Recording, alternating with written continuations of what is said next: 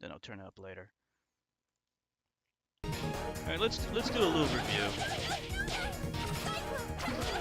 So, Freedom Planet, yeah. I like it. It looks great. I really love platformers in general. There aren't a lot of modern 16-bit style linear platformers. There's like a couple of Metroidvanias like Shantae and even The Mummy Demastered, made by WayForward. WayForward likes to do a lot of 16-bit styles, but you know, when it comes to like linear platformers, you know, you have Shovel Knight, which does like a 8-bit style. So I'm really glad that we have this. It's one of the few indie games with that 16-bit style, which, so, you know, the graphics are very important, and it looks so good. Like, this is a game for people who love platformers and especially love Sonic the Hedgehog.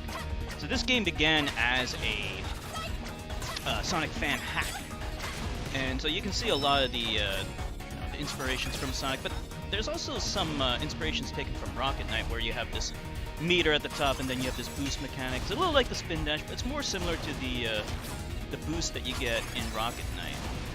So they took inspiration from quite a lot of things. Making like a fast-paced platformer is very difficult to do. It's very difficult to make level design for something that moves so quickly, because you can't see what's in front of you. But you know, somehow they managed to make a game like that that's controllable, and is challenging without being too cheap.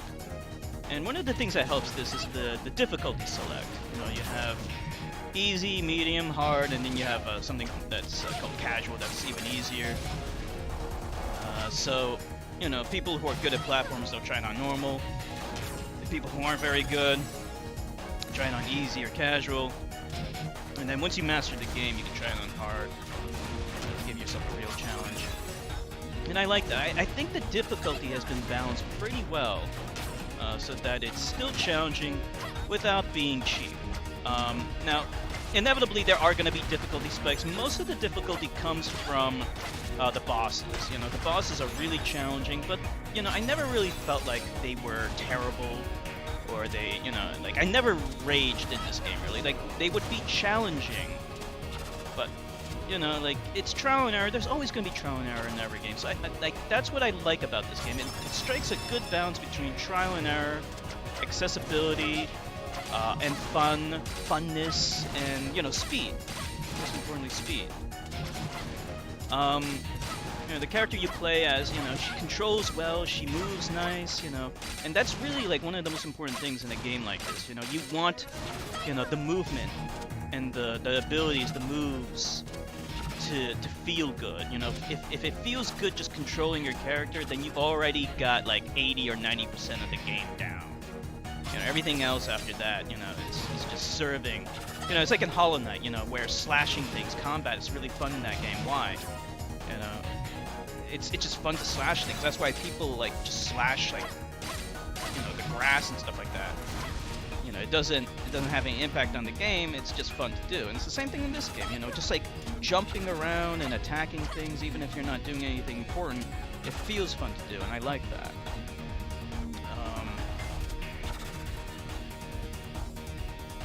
You know, the music's good. I like the music. Music, sound, it's all good. Now, as for the story, like, the story's kind of like a mixed bag. Like, it has surprisingly good production values. You know, they definitely put a lot of effort into it, and the story is a big part of the game when you play it in story mode. It's just not very interesting. You know, it's something about saving the world once again. There are moments where it's kind of neat because you get to learn more about the characters. They have some depth and not totally two-dimensional. And I think that's the most important thing with any story, that the characters are interesting. And you know, the main story where they're just going to save the world, that's not that important. What's important is whether or not the characters are compelling and three-dimensional, because then you actually care about them and what they're doing. So there's a little bit of that in this game, but not a whole lot. So, but it is a platformer, and the fact that they even tried to make a story with a narrative is commendable. I appreciate that they tried, even if they didn't completely succeed. It's still not horrible.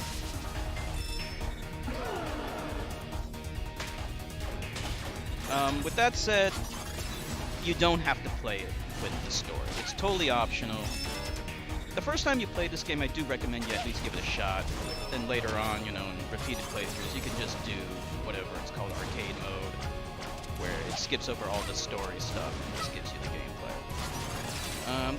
Game itself is like not terribly long. When you skip over all the storyline stuff, you know, you could probably beat it in like 4 hours, I would guess. But that's kind of par for the course when it comes to any 2D platformer. So it's a good length, good amount of levels. Unlike Sonic the Hedgehog, which the levels are broken up into acts to kind of give a little bit better pacing, you have much longer levels here. But, you know, it works. It works for this game, I think. So, yeah, the levels never really overstayed their welcome. They're pretty well designed, you know, like making a game like this, the level design is so important. And I think they did a pretty good job with it, you know? It's really complicated. You know, level design for Sonic-like games, it's infinitely more complicated than anything you'll ever see in Mario. By the very nature of it, you know, there needs to be multiple paths. They all lead to the same place, but there's rewards for, you know, taking different paths and exploring more. Unfortunately, like, the rewards for exploring in this game are kind of non-existent because there aren't any, like, the game, like I was talking about the difficulty before, it has extra lives, but you don't really need them. Like, you have infinite continues, so I don't really know what the point is. I looked it up, in hard mode, you know, it seems to have the same exact issue. You know? Like, it seems like you have infinite continues in that as well, but I could be mistaken about that. Maybe the information I got is wrong. Who knows? But as it is right now on normal mode, you know, having extra lives has no impact. You have infinite continues. So, because of that, you know, that kind of dissuades exploring. You know, exploring is closely tied to, you know, a reward system. You need to be incentivized to explore. And, you know, if there's no real big penalty for dying, then, you know, it's just kind of like a matter of time to complete the game, no matter how difficult it is. And, you know, at the same time, I understand why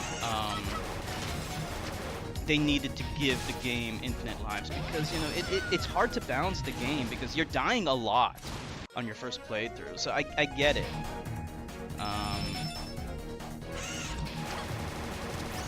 If this game didn't have infinite lives, it would be too hard, because, like I said, like, even though the levels themselves might not be that difficult, except for the final level, the level I'm playing right now, the bosses are where the real difficulty comes in, and you do get a difficulty spike there. Some people don't like that difficulty spike. Personally, I don't mind it too much, because, you know, that's the game's constructed around it.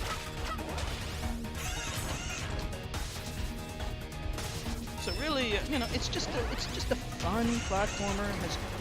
Really, the appeal to it, I think, is the great graphics and the great gameplay. The graphics are fantastic. If you love the 16-bit era and 16-bit graphics, you'll love this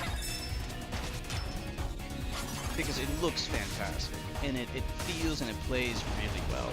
And the characters have a lot of personality. They look cool.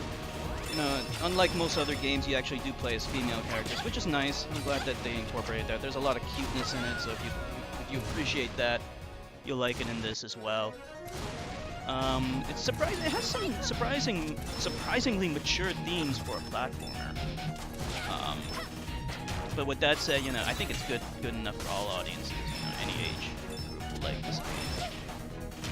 There is a sequel coming out, and I hope they make some improvements. You know? Certainly the graphics are going to be improved in the sequel, so I can't wait until it comes out. It's a great game. I love it. I still prefer Sonic. I think Sonic's a little bit better balanced when it comes to difficulty, challenge, and all that. But this is still a great platforming game. And that's all I gotta say.